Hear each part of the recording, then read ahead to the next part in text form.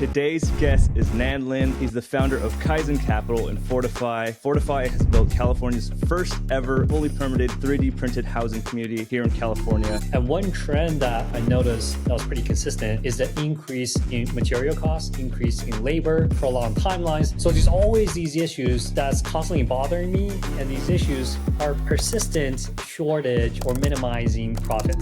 And about 5 years ago, I started looking into 3D printing. I'm like, oh, what a cool concept, right? You have this robot essentially building a portion of the house for you. And how long did it take you before you first got into the industry until you started making money? Because I know in 2008, crazy time, a lot of people were losing money, everyone was losing their houses. So sometimes skill is worth more than the money. Everybody, including my mom, she's like, don't buy it. Oh my God, you're gonna lose everything. You're going to get shot there. The realtors, agents, they were trying to talk me out of it. So what kind of advice would you give to someone who's never raised capital, who's looking to do it for the first time? Oh. Welcome back to TheLo-Down. Today's guest is Nan Lin. He's the founder of Kaizen Capital and Fortify, a game-changing company that is redefining how homes are developed. And Fortify has built California's first ever fully permitted 3D printed housing community here in California. So I'm super excited. This is the kind of innovation that could change the future of real estate. So Nan, welcome to the show. What's going on, everybody? Thank you for having me, Lorenzo. Yeah, of course. Yeah. Before we get started, I just want to say that looking at your Instagram and your profile and all that stuff, super interesting guy. I see that you have friends with some UFC fighters. I see pictures with Uriah Faber. You got some cool cars. You're developing the Fortify stuff. So if you meet someone at a party for the very first time, what do you say you do? I try not to say too much, because some people will take it as boasting. I just tell them like, hey, I'm in the real estate industry. I'm on the investment and development side. That's pretty much as much as I say. And if I'm talking to somebody that actually knows what I'm talking about, that have knowledge in the development or the investment side, we can carry on a conversation then. But until then, just minimal disclosure.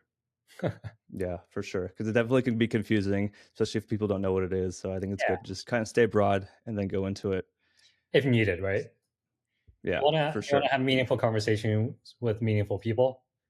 You don't want to have, or even try to have in-depth conversations with somebody that can't understand what you're talking about. Totally.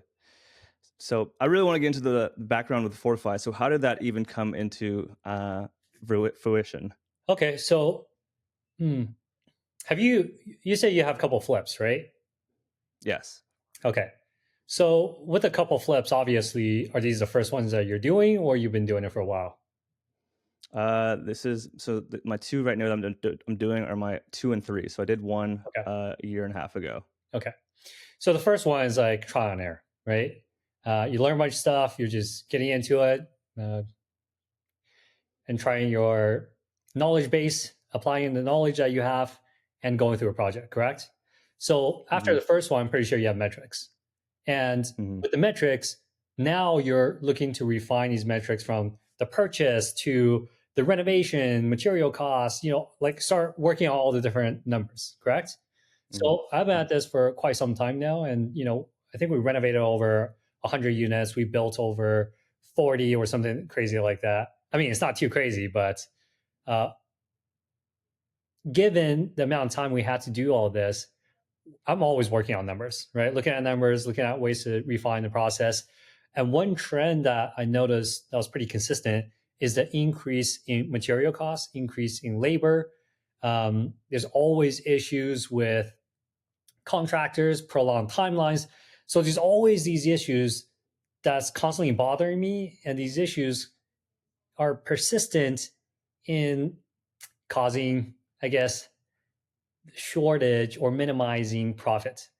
And about 5 years ago, I started looking into 3D printing. I'm like, oh, what a cool concept, right? You have this robot essentially building a portion of the house for you. This way you're able to be more efficient. You're able to know that the lines in the houses are 100% straight because the robot's building it for you. There's just all sorts of benefits. So that sowed a seed in my mind. And over time, I kept on looking at different companies, looking at different machines, looking at applications of them, see who else is building homes. And it was recently that I started doing visits to manufacturer facilities. So I started looking at companies where they're from, and then I actively sought out these companies. I made visits to New York, Texas, different places, and actually look at the different machines building houses, right? And once I started analyzing the actual companies building these houses, there's not that many companies that would sell a machine to you. Okay. And you can't even get a hold of all these manufacturers. I think I reached out to maybe 10, 15, probably 5 got back to me. Out of that 5, I've seen like 3, 4 machines. And so it's very limited pull on what we can do in the selection that we have. But when we first landed on a company where their product, in terms of like the materials they use, was very familiar to me, because back in the days, a long time ago, we used to do huge EDM events. So we hosted like raves for thousands of people every single month. And for those events, we had to set up lighting and sound, and we used a lot of trussing. And when I visited this company, their truss system was very similar to ones that I've seen before. It was lightweight, it was like strong, sturdy. And, on that visit, I negotiated a deal with the manufacturer. So the deal, where that deal came from, is essentially exclusive licensing rights for my company to utilize their machine in California. So anybody else in California that want to use this machine, they have to go through me, right? So they have to go through me. And the reasoning behind that, I'm thinking, if I bring the technology to California, which is extremely hard to do business in California is probably the hardest in all of the United States.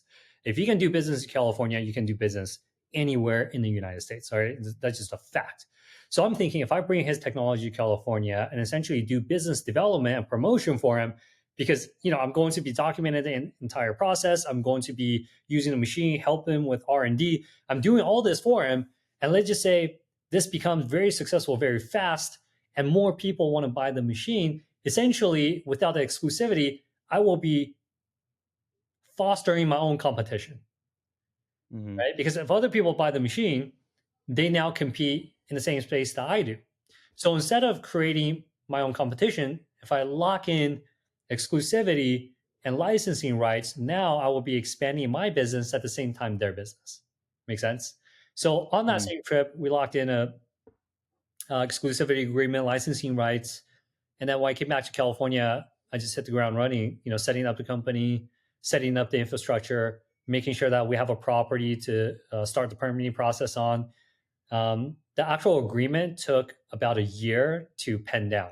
There was so much back and forth. We had to go through different law firms. It was like a really big ordeal and took a long time. And when we finally concluded that process, it was only about 2-3 months after that we received the building permit for our first project, which is the one that you're talking about, and the one that we did a ribbon cutting for, which we're almost finished with the very first house.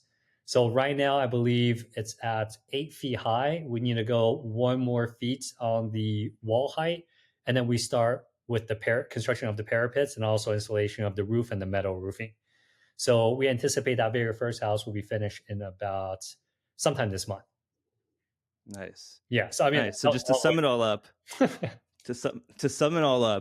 you found a need because doing all these renovations and development, to your point, everything always costs more. There's always delays, contractors, just many things that are out of your control. Yeah. So you found a way to negate all of those by using 3D printing, which could be way faster and a fraction of the cost. I would say negate, minimize. Minimize. Yes. Mm-hmm. Okay. So that was the thought process behind it. It's just to help us to become more efficient, help us to have a way to control costs better, and to provide a better product for the end consumer. So right now, we finished building a house. It's a stick frame house. If there's a fire, the house is gone. If there's a flood, probably some issues, right? But now with Fortify, when we finish constructing a home, it's class 2 fire resistant. It's, I don't think any flood water is going to touch this thing, right? The amount of rebar we have and metal reinforcement we have, this is like a bunker, essentially, what we're building. So it will be a better product for the end consumer. And then we minimize a lot of the issues that it's ongoing with construction. Mm-hmm. Mm-hmm. So you said it took about 5 years from idea to breaking ground. I've had this idea for a long time, and then just researching on YouTube, looking at this, looking at that, not really taking much action until about a year ago, year and a half ago. Okay. Yeah. So can you just like walk me through what it looks like start to finish from the foundation to when the house is finished? Like I'm just imagining this machine. I mean, I saw it on videos, but it's like laying out these straight lines of the exterior walls and the foundation. But like, what comes next after that? Um, so, in order to build a house, first of all, you compact the land. So you have this giant piece of dirt, right? And then you get an excavator. You excavate where the footing and the foundation is going to be, and we lay in rebar, so metal reinforcements for the footing and the slab. So the footing is the perimeter of the foundation, and the slab is essentially the flat part of the foundation, right?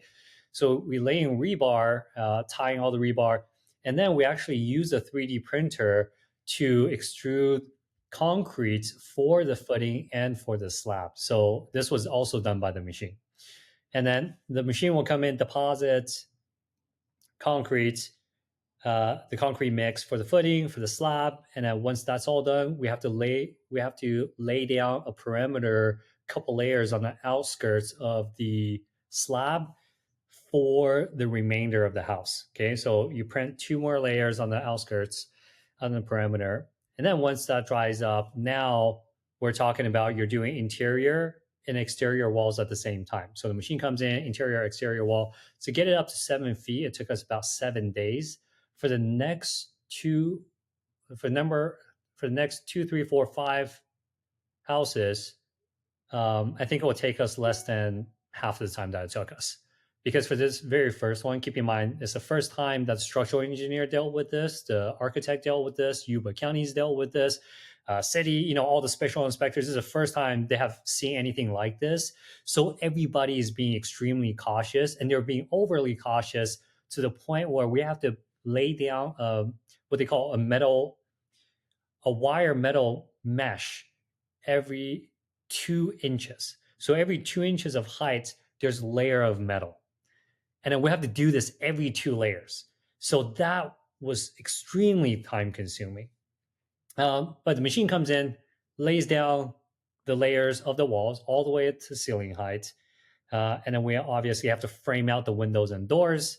And then next part is that we'll build a parapet. So a parapet is a design element. It kind of makes the front of the house looks like a cityscape. Have a step down, step up. And when you combine all 5 houses, the top of it looks like a city landscape. So that was the inspiration behind the architect's design. And we have to specifically, print that, use the machine to print that. And that goes up to 14 feet high.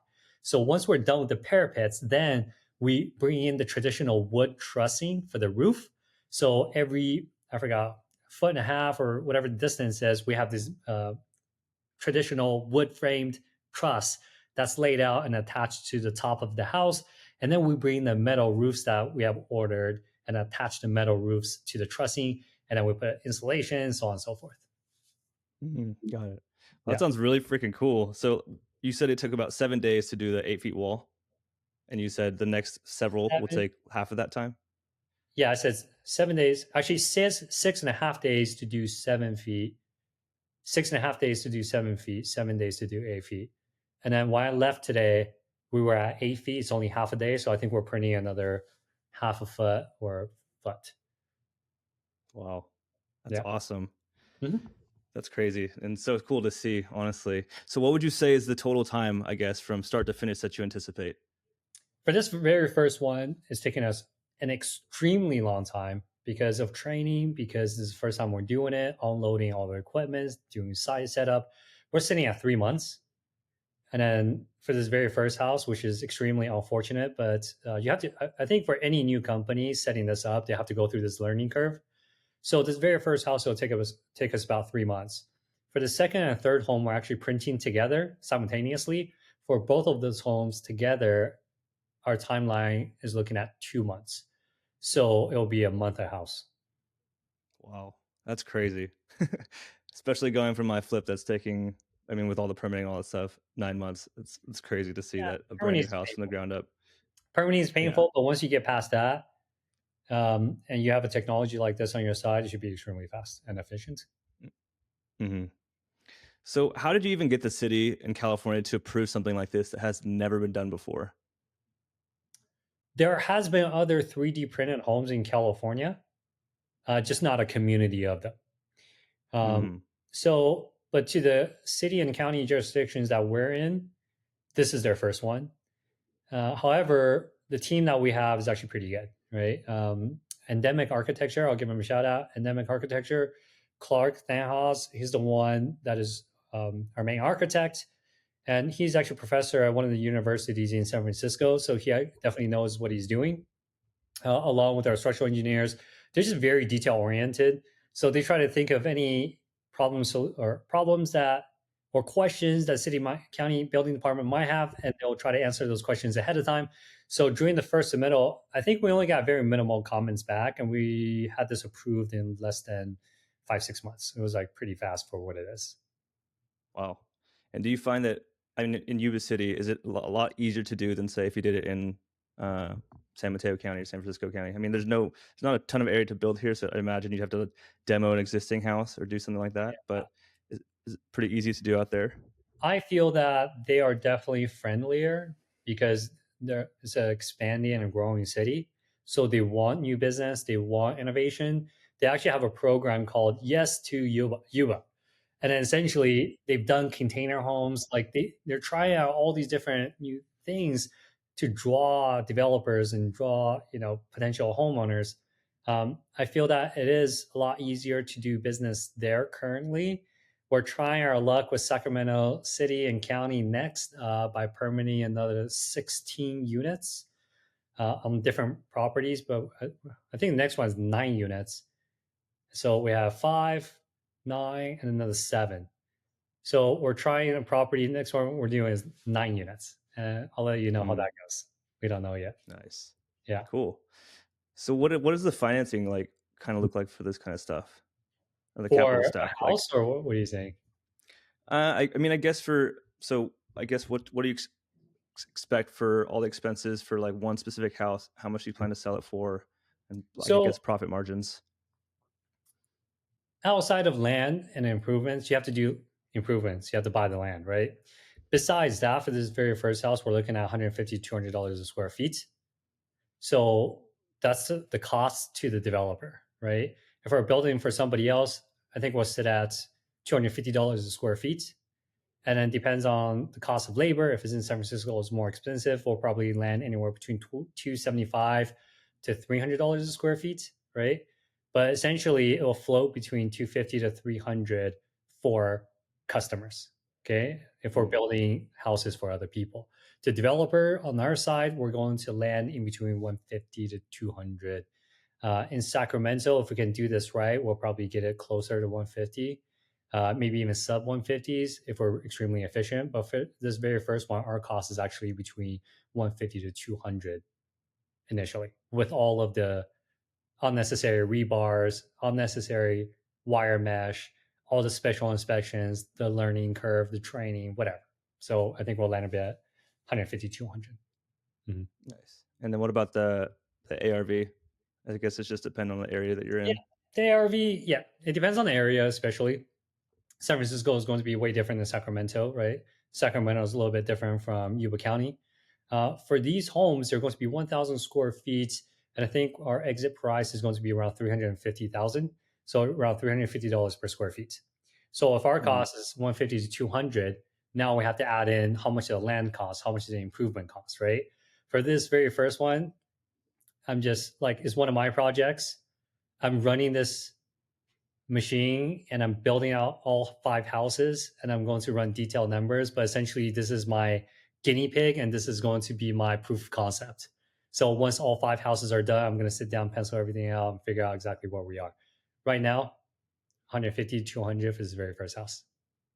Okay, nice. And I just imagine, is there just one machine that you're using for all 5 houses, or do you have like multiple machines? Yeah, for this very first house. So how the machine works is that it sits on a track system. And envision like railroad tracks, right? There's 2 of them, and the span sits right in between the 2 tracks. And then the length of the track will run for the length of the entire development, and the machine essentially just goes down this track, builds one house at a time. right? So once Got we it. finish the first house, we'll lay out the track for the second and third house, and the machine will go in between second and third house and print those simultaneously. Got it.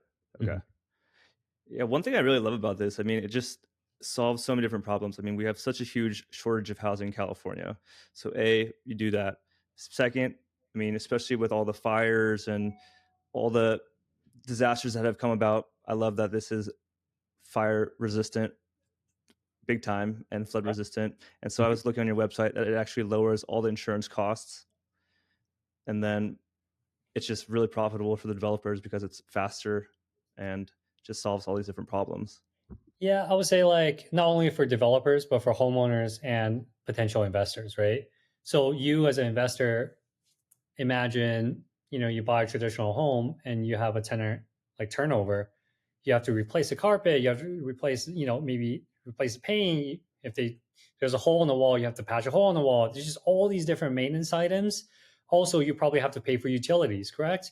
You probably have to pay for some energy costs, whether that's electricity or whatever it is. For these homes, the maintenance cost is going to be a lot lower because if we're building a rental product, we're going to leave the cement exposed for the flooring. So we're not going to have flooring on top. We're going to have polished, sealed concrete, right? So there's no carpet. We just have to go in, repolish it, refinish it, seal it, and then there you go. And then you're not going to punch a hole or have a hole in the wall because these are at the end of the day, I think anywhere between 7 and 9,000 compressive strength concrete, which are extremely strong. Okay, so there's not going to be much damage to them, even over the span of 50, 100 years. So these are going to be extremely good products for future investors, for future homeowners, low energy costs, insurance savings, so on and so forth. Mm-hmm. So I hear a bunch of positives. Are there any negatives to any of this? The machine is very costly. Yeah. The machine is very costly. It takes somebody that really want to do this, right? Because, even for yourself, if you could, let's say, flip a home and you have to do, X amount of these to buy a machine and then start all over again, but be more efficient, like you really have to plan for that. Average person won't be able to get their hands on one. If you're a developer that's building anywhere between, 10, 20, 50, 100 homes, yeah, this is probably something for you. We had a call with another developer in SoCal. They're going to fly up here. They're building 65 home development, and most likely they're either going to purchase a machine from us or they're going to contract us to build the walls for them, right? So it makes sense for somebody that's doing these developments and a lot of them, but it wouldn't make sense for like an average individual building one or two houses or five to get something like this. So the Mm-hmm. downside, I would say, is high barrier of entry. So it's going to take a little bit more to get your feet in the door. And also, concrete construction, like you really need to know what you're doing to get this done compared to something that's traditional. Mm-hmm. Did you have to use some like venture capitalists or institutional money to get this up and running, or did you kind of like bootstrap it yourself? Yeah. So I have another company, it's Kaizen Capital. We've been in business for, I think, 13th year this year. And my company or that company essentially develops properties, work with investors. So when I had the idea about Fortify, we need to fund the company. So I just reached out to all of my investors. I'm like, hey, we're doing this. And here's the idea. And what it is so with Kaizen Capital, our biggest expense on a year-to-year basis is our payments to contractors by far. We're talking about millions and millions of dollars every single year paid to not developers, paid to GCs. Okay. And with Fortify, essentially, this is our own GC. So we created a company to develop our properties. So now instead of just constant outflow of money that goes to GCs and they pay for their kids' college and go on vacations, that we'll never see that money again. Make sense? With Fortify, though, we will redirect initially some of our need to Fortify. So instead of building traditional homes, we'll 3D print these homes. And then Fortify essentially is this baby that will grow up to be adult over time. But then Fortify has the ability to buy more land, build more homes. So essentially, we're recapturing some of the money that we're spending, and we're going to complete our own financial ecosystem, if that makes sense. Because now some of that outflowing money gets recycled back. Right? That was my pick. So I'm like, look, this is what we're doing. We're going to build a better product. We're going to recapture some money. We're going to spend, and let's fund it. So I think I brought over a bunch of investors, and we're just bootstrapping it right now. And hopefully in 3 to 4 years, we'll talk to some family offices or some VCs when we have anywhere between 7 to 10 machines building 50 to 100 homes a year. Yeah, that's nice. Was it challenging to try and get this funded especially for something that's never been done before from all your investors? Or they just have seen you with your track record and they've been investing with you for a long time, and so it was just very easy to raise that capital? I don't think it was easy. And raising money, there's always a level of difficulty, but definitely think it helps when the people trust you. Right? When you're articulating something, you show them. It doesn't matter how pretty you make it look. If they don't trust you, they're not going to send you the money. Right? But if they've done business with you for a long time, they know how you work, and they believe in your vision, they'll do it. Right? If they have the ability to. So I find that even though I was taking meetings every single day, multiple times a day for, months. And then, we got the investor support, got the capital, and then essentially we're bootstrapping it until 3 to 4 years. Yeah. Got it. Okay. So what kind of advice would you give to someone who's never raised capital and is looking to do it for the first time? Oh. So in order for anybody to raise capital, I think you need to know what you're doing. Okay.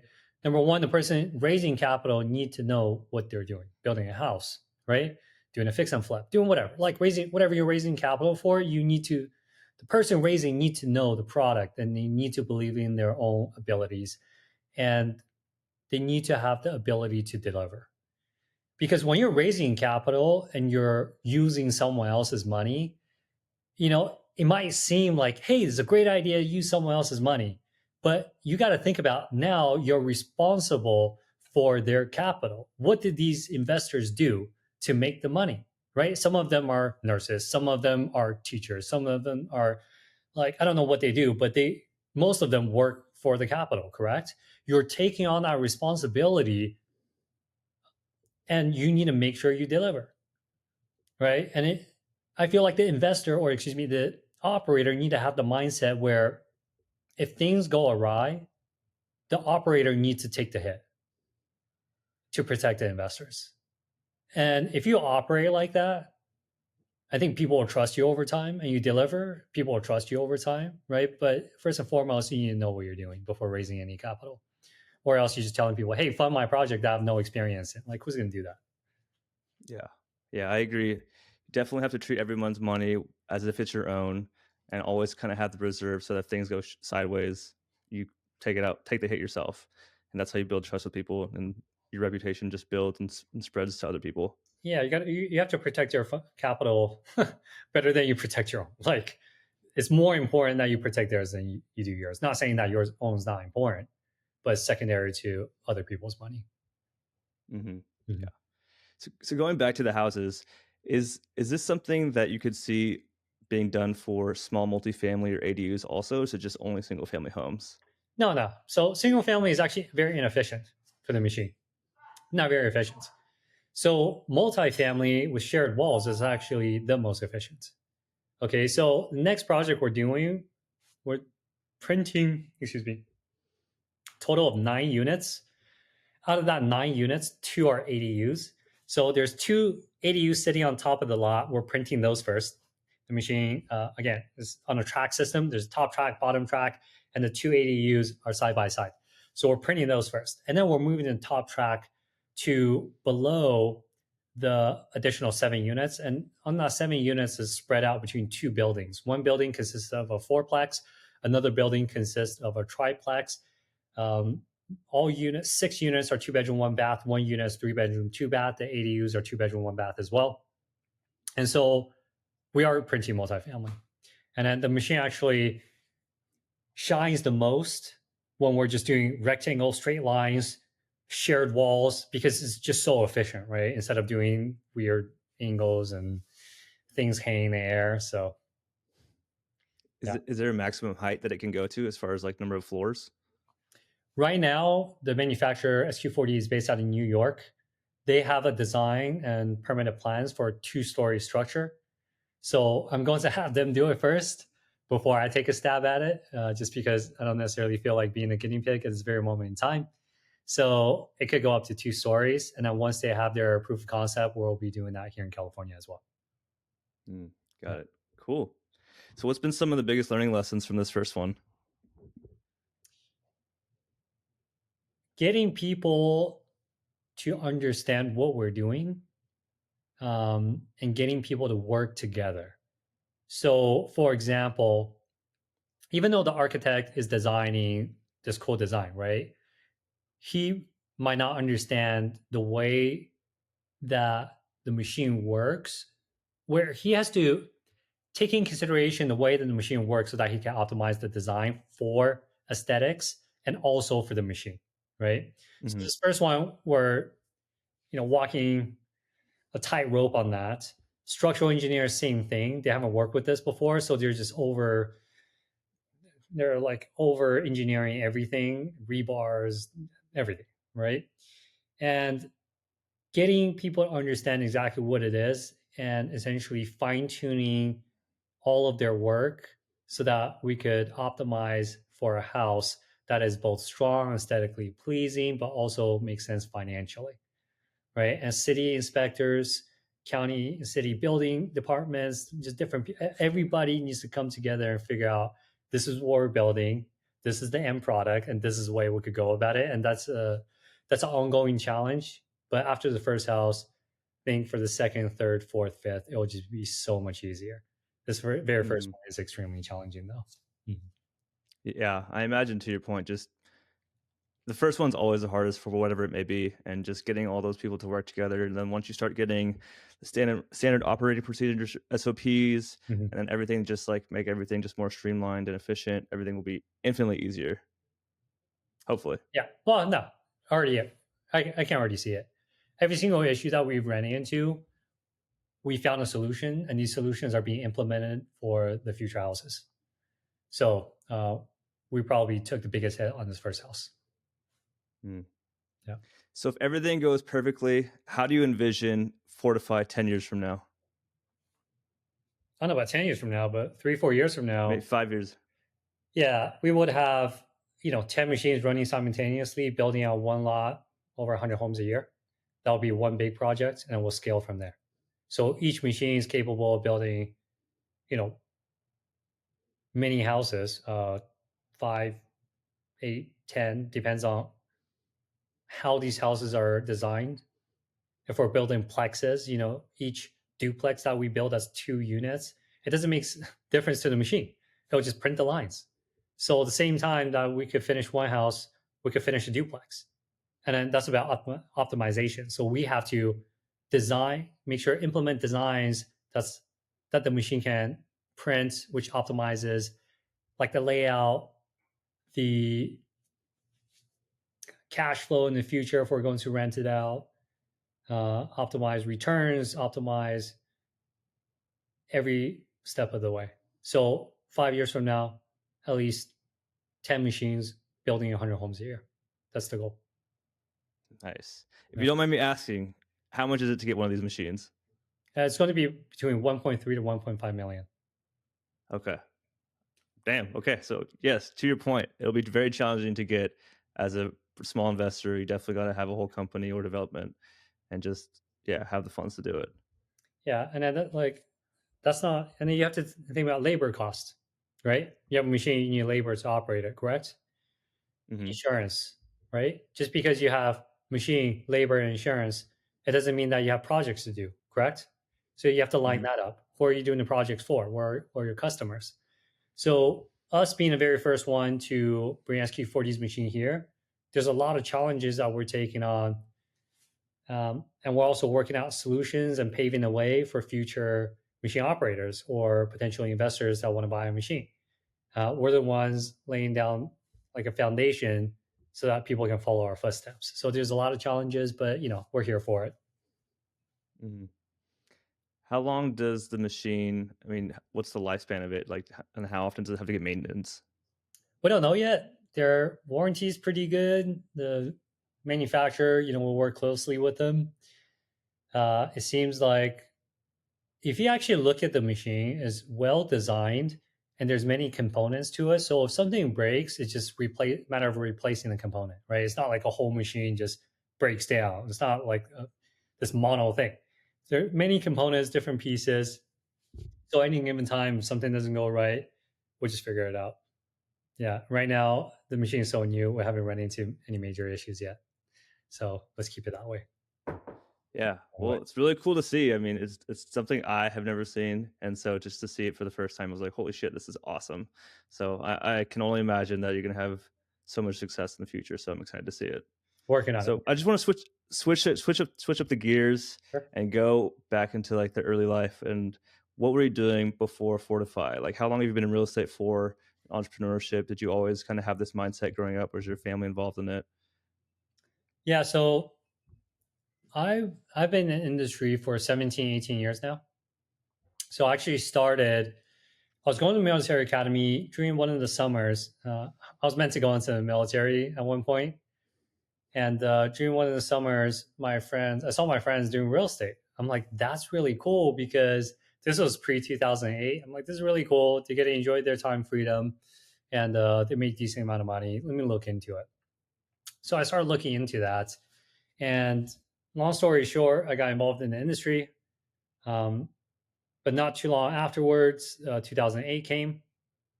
And during that time, everybody lost everything. And people who had, jobs in the industry essentially didn't have business to do. And so when all the business went out the window, I went back to school to be in the medical field essentially.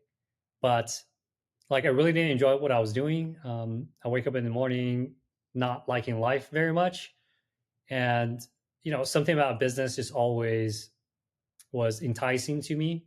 So during the time that I was in real estate pre 2008, I learned about financing properties. So I know how the metrics work. I know how to finance a deal. Like I learned ins and outs of financing deals. So that was like my foundation. And when I made enough money, I knew that real estate is a great place to keep your capital in order to hedge inflation and have a little bit of income. So when I first made enough money, I bought a house in Sacramento. Actually, this was way back in the days. It was a 3-bedroom, 1-bathroom house with an illegal addition, and I bought it for $86,000 cash. All right. And Wow. the idea was, hey, I could put this money inside this property and I could rent out the house for like $1,000 or $1,200 or something like that. And after taxes, after all the utilities, I still make a little bit of money with the property still sitting there and the value increasing over time. So that was the idea. And I kept at that for the next, I don't know, however years. And by the time I know it, I probably had 2, 3 houses at this point. And, it was actually an accident where I discovered NOI, net operating income. I didn't know any of these terms, keep in mind. Like it was just me buying houses and then hedging inflation and have a little bit of money. But on one house I purchased, it was a fourplex. I remember I bought it for $240,000, or I bought it for $200,000 and I put in $40,000 to renovate it. And because I renovated all the units, I increased the rent from, I believe when I got it, it was $600 per unit to $900 per unit, because at that time, these units can now fetch this higher rental rate because it's newer, it's better, and people wanted to pay for that. So it went from $600, $650 per unit to about $900 per unit. And then I was able to exit on that property for about $450,000. So I went from 240 to 450. And then that was the first big check, right? I'm like, whoa, I just made like 200K. Like, how did I do that? And I'm like, I increased the rent and, the price increase. Is there a correlation here? I'm like, maybe. So, and then I used that money and I bought an 8-plex. So I went from the 4-plex to an 8-plex. And the 8-plex, it only cost $500,000. Okay. But keep in mind that 8-plex, everybody, including my mom, including my mom, she's like, don't buy it. Oh my God, you're gonna lose everything. You're going to get shot there. The realtors, agents, they were trying to talk me out of it. They're like, whoa, this thing looks crazy. It is like in a very low income neighborhood. Like you go in there, you think you're going to get, like you literally think you're going to get shot. And this is in Sacramento? This is in Sacramento. It was like the craziest 8-plex I have personally ever seen. It was kind of scary.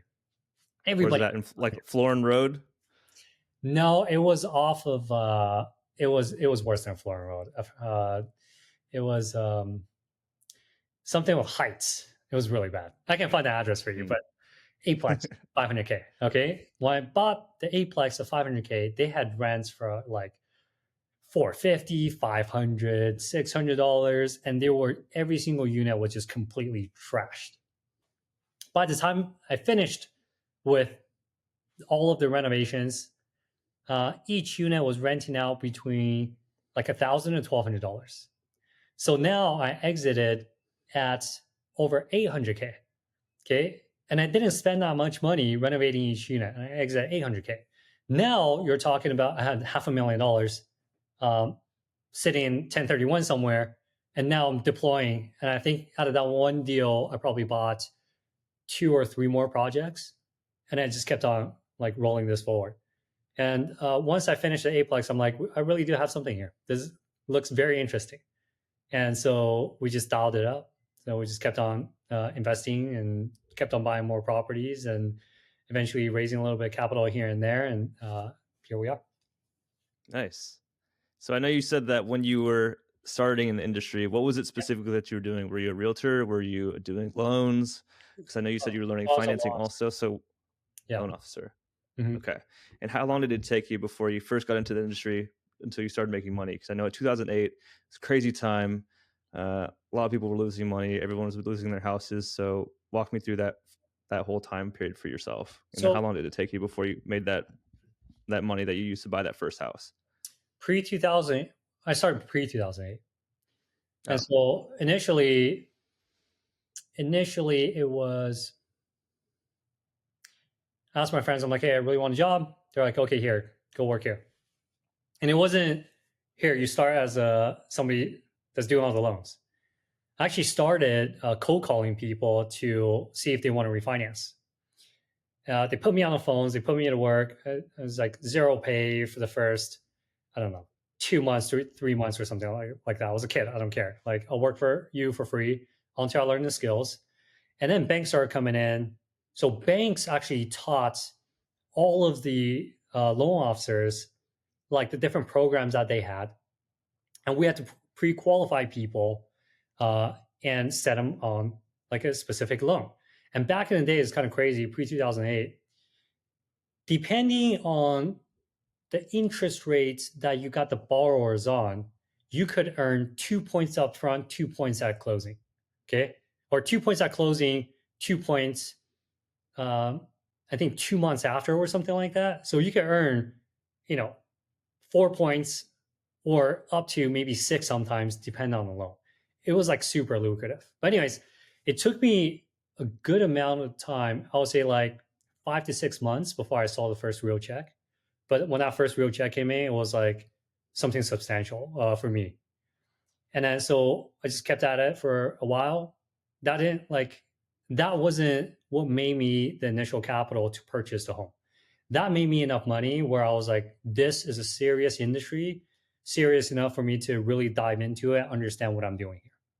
And then later on, I would say, I was still a young adult. I was working for like 2-3 different companies at the same time. I made my first like over 100K, all combined, it was like $130,000, $140,000 or something like that. And that was enough for me to buy the first house. Got it. Well, I love that in the beginning, you said something where you were young, you're just working for free, and you knew you just had to learn the thing, like whatever that was. I think learning the loans at the time. I think a lot of people nowadays, they just expect to learn all these things for free, and it's like you got to really just provide value to people, whether even if that means working for free or whatever that may be, and that's how you really learn things. It's is very different. It's very different today. Even when I talk to people, like back, I don't think back in the days, even when I started working for like different companies, my pitch was always, I will come in and I will sit and I will learn until I can show you some value, then you hire me. Like that's always been my pitch. And then so the companies that I did get hired for, it was like I had to show my value first before a single dollar was made. And so because of that, I feel like, I was, even till now, I never worked for the now money. If I had to like scrape by and, live with 5 different roommates, I did that, like no problem. Right. But it was also, I was always working, or in my mind, I was always working in the future, like for the future, learning skills today for the future. Right. 3D printer does not, like, this is costing me more than anything else. It's going to continue to cost me for a while. But once this is up and running, I can guarantee you this is going to be a beast of a company. Mm-hmm. Right? But it takes that initial sacrifice and that initial investment to have something substantial. Mm-hmm. How did you develop that mindset of just being okay waiting for the future? Because I know when I was that age, even up until my mid to late 20s, I was just like, YOLO, you only live once, live in the moment kind of thing. So how did you develop that mindset at such a young age where you're just totally okay waiting for things to pay off in the future? It wasn't waiting for things to pay off in the future. It's that, well, there's a couple of things. When I was working for free, for example, you're not really working for free because they're actually teaching you a set of skills. Okay. So sometimes skills worth more than the money, right? If someone comes to me right now, is like, nah, I want to get paid $200,000 a year to learn how to operate the 3D printer. I'm like, go kick rocks. Who are you? Who are you? Do you have experience? Like, what do you have? Like, what value can you offer me to pay you $200,000 a year? Zero, right? So out of you. But the print operators that we do have, they actually came from, I don't know if you've heard of a company, Icon.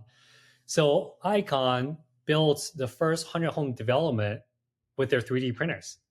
However, Icon's not doing so hot right now, laid off a bunch of people, and we're able to snag some of the talent. And for these people that have experience, cool, come by, let's do it. But if you have no experience, nothing to offer, then you should be offering your time to learn what others can bestow upon you. Like that's the mindset. Like, even though I was working for free in terms of money, but I was getting a set of skills from whoever that was teaching me or from the company, right? Like that was more important to me then, because I knew that like if I learn this set of skills, I can use it for the rest of my life. But unless I do this, then how am I going to obtain this set of skills? Yeah, I agree completely. The lessons that you learn are invaluable and priceless compared to the money that you may make from something. Even if it's like a learning lesson or a failure or whatever, it still is way more valuable. Yeah, I mean, one thing I really want to touch on also is like, I know you said for that 5-plex or 8-plex, sorry, everyone was telling you this was a bad idea. Everyone, your parents, friends and family. So how did you move past that when there was so much doubt that you could have had it in yourself? I did a 4-plex, right? It was, I saw it with my own eyes and I knew what is possible. Like, I have my reasons why I want to get into multifamily. It was to diversify the risk. I had a home back then. I bought a home, and the home is actually a pretty nice home. I thought I rented out to a very nice renter, and the guy got in, ended up just stopped paying rent. Like, I'm like, whoa, what's happening here? And so he stopped paying rent. I stopped receiving income, even though on a mortgage, there's still like utilities, there's still taxes, insurance, like stuff like that, right? And I'm like, this one guy's not paying rent. So now I'm not receiving any income. And now I'm negative cash flow on this property. And there's nothing I can do until, I get him evicted, whatever. So I start going through a process. Now I need to pay attorney fees. Now I need to pay that. I'm like, this is not like very nice to invest, quote unquote investors, right? And then when I started looking at duplexes and fourplex, I'm like, well, I can spread out my risk. One tenant doesn't pay rent, three others pay rent. That was the idea behind that. And then when I figured out the NOI situation where I increase the NOI, the value increases, I'm like, cool, it makes sense to buy a plex. And when I saw the eightplex, when people were telling me no, I don't think they understood the concepts even though they were basic concepts that I understood. They haven't seen what I've seen. And so these are like realtors telling me. Nothing bad about realtors, but I think the realtors that were trying to give me advice, they never had any rentals. They were just looking at it from a perspective where they were like, whoa, like, I don't want to show this property, so I don't think anybody else wanted to look at this property. Therefore, you're going to have issues. I don't know what lens they were looking at, but they were just looking at it as if it's going to be not a very successful project, but it's going to be more of a headache than anything else. But when I looked at it for its potential and the opportunity that was there. And so I think with anything else, even with Fortify and these other companies, you have to have conviction in what you're doing, and you have to have the right reasons on why you're doing what you're doing. If anybody can just easily talk you out of it, it's not very convincing, is it? Right? So you really have to believe and understand what you're doing to take that step, especially, something that's going to cost you millions of dollars. Yeah. And this all just comes back to also just don't take advice from people who aren't doing the things you want to do. Like, it's very easy for family members or friends who are not investing to easily say, this is the worst idea ever. This is going to be a failure. But why would you take advice from them when they're not even doing it? So listen to friends or other people who are investors who are doing the things you want to do. I mean, they could have like great intentions for you, but they could be wrong, right? And if you just logically think about it, there's 95% of the population, there's 5% of the population. 5% is are well-to-do, 1% are extremely successful, 95% essentially they're average or they're hurting. So out of every 100 people probably only 5 people have gone through worthwhile experiences to establish a certain level of success. And then you really want to get those people's opinions on their experiences, right? Things that they have personally done, things that they know of. Like, I wouldn't take advice from an investor about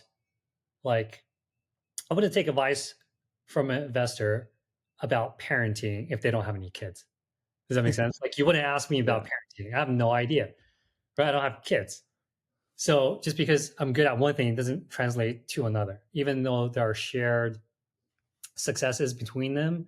I mean, shared commonalities, traits of success, but it doesn't translate from one to one. Mm-hmm. Yeah.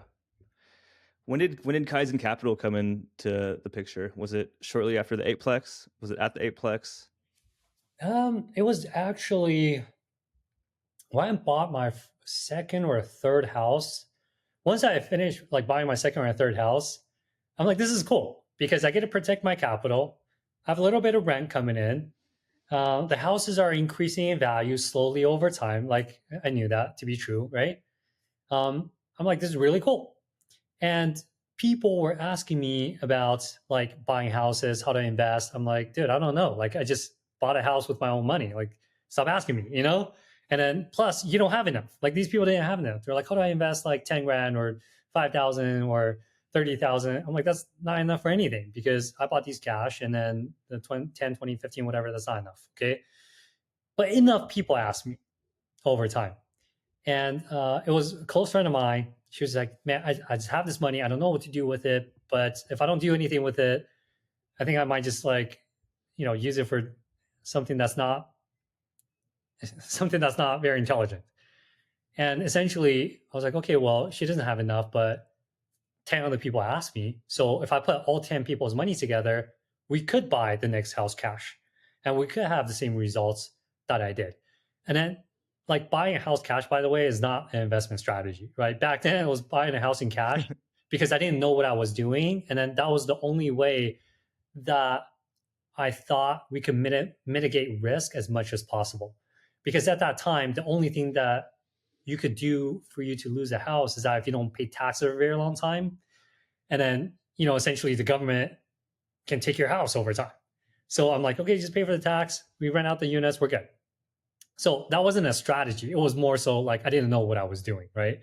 But people ask me, so I had the thought, why don't I just combine everyone's money together and just deploy the same strategy as the previous houses that I purchased, and then we could get something going for them. So that was the thought behind Kaizen Capital. And I think maybe a few months later, I found some attorneys, put everything together, and I formed the company. This was back in 2012. Yeah, this is back in 2012. So it's 2025 now. The company's been around 13, 14 years. Cool. And how many employees do you currently have? Like, what does the team look like in your business? So at any given time, between 1099s and employees, we have around 10. So 10 people, 1099s, W-2s, and so on. So these are like the inner core people. Mm-hmm. And are they all based here in the U.S.? Or are they overseas, like VAs or full-time people? Everybody's based here in the U.S. except for one VA is based out of the Philippines. Mm-hmm. Nice. So if someone was starting, they're a solopreneur like myself, and you had to make the first key hire, who would it be going back if you started from the beginning? You have to hire your weakness. That's what I find to be true. You have to hire your weakness. If you're a really good organizer, you got to find somebody in sales. If you're a good salesman, you got to find an admin. Like, you have to hire for your weakness, and you have to hire people who are very good at what you're horrible at. I find that to be true. So my very first set of hires, they were part-time and they were administrative, because I was so like, I would say I actually enjoy business development. I like the challenge of launching something, challenge of figuring things out. But if I had a group behind me organizing everything, setting everything in its place, like, I'm happy with that. Yeah. So I will hire you. I love that. Yeah. I don't know if you read the book, Buy Back Your Time, but Dan Martell talks about that a lot. Just in order to buy back your time and just scale appropriately, you really have to just, like you said, hire everyone in the skills that complement you, things that you suck at, and vice versa. Yeah. Facts. Yep. So what personal habits or mindset shifts have really helped you to lead to your success? Is there anything that you do daily? Did you ever have like a specific coach? Like what has really helped you to achieve the success that you have? So while I was younger, I think I was always worried about the world leaving me behind. Like, I was always worried about people outworking me. I just had this anxiety that if I don't like do something, I'm going to be left behind. So I always actively sought out opportunities, ways to get better, things to improve. Extremely, like, I was pretty competitive while I was young. I mean, I'm still competitive now. So over time, I learned this philosophy of Kaizen. It's a Japanese philosophy: constant improvement, constant development. You don't need to go to A to Z 100, right away, but you should be improving in all aspects of life every single day. Like, right? That's your health, that's your financials, that's your mindset, that's whatever. Like, every aspect of your life you should improve on incrementally, little by little. There's a saying, it's like inch by inch is a cinch, yard by yard is hard. So as you progress, you focus on like micro improvements, but all the time. And that's where Kaizen Capital came from, because I truly believe that after I adopted that philosophy, I'm trying to like better my life, better to optimize my life a little bit at a time in all areas of life. Like, that really helped me over time. So that's one, like the Kaizen philosophy. And another is to not be a victim. Like, we're born in this day and age. This is the most peaceful time on earth, right? We're born and we're in America. Like, there's a lot of opportunity here that, like, you shouldn't have any excuses, right? There's plenty of things that you could do. Hey, like, I always tell people, if excuse my French, shit hits the fan and I have to work at McDonald's, I'll do that, right? I'll work at McDonald's until I can figure out a way so that I could leverage off of the knowledge and the skills I have. But I will always work. Like I will work until I make something of myself. Right? You're not a victim of the environment. Like things can happen to you, but you always have options to respond a certain way. And so when you start taking accountability for your own actions and your own environment and your own results, I find that it becomes very liberating because you gain control of your life. You don't blame anybody. You just get to work if you really want to be somebody. So Kaizen philosophy and then taking ownership. Yeah, I agree. Just always be learning, always be growing. And yeah, just have the grit. I agree that in the US, we're blessed with so much opportunity, and it's our duty to just capture that and just take advantage of the right. things that we're given. So, well, I really appreciate you coming on, Nan. This has been awesome. I'm super excited to see everything that you do with Fortify and Kaizen Capital. If people want to get a hold of you, how can they do so? If they want to invest with Fortify, how can they do so? Investing with Fortify would be a little bit difficult. They'll have to go through one of the channels, one of our current investors. So, I mean, they could just go online, reach out to us, and then we'll point them in the right direction. But it'll be a little more difficult for the average individual. In terms of getting a hold of myself, they can find me on Instagram, my company on Instagram. So my personal is Nan Unlimited. And then my company, you can find Fortify or Kaizen Capital on Instagram. We operate heavily on social media. So we find that, posting reels, posting short videos, engaging with, everybody that comments on our stuff is quite interesting. Yeah. Nice. Well, I love it. Well, Nan, I appreciate you coming on. This has been awesome, super valuable information. So everyone, as always, keep growing, keep taking action. We'll see you guys on the next one. Peace. Thanks for having me on, Lorenzo.